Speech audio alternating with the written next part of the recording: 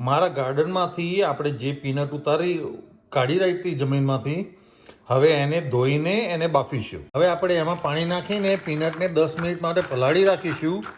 મફળીને આ રીતે એટલા માટે થોડી થોડી ખોલવાની કે જેથી આપણું મીઠું અને બધું છેક અંદર સુધી દરેક દાણાને અડી શકે. તમે જોઈ શકો છો આપણે મફળીને પલાળીને મૂકી હતી. હવે એ મફળીને આ રીતે એક થોડી થોડી ઓપન કરીને એક વાસણમાં નાખીશું. ત્યાર પછી એમાં પાણી મીઠું બધું નાખીશું. હવે આ મફળીમાં આપણે પાણી નાખીશું મફળી ડૂબે ત્યાં સુધીનો.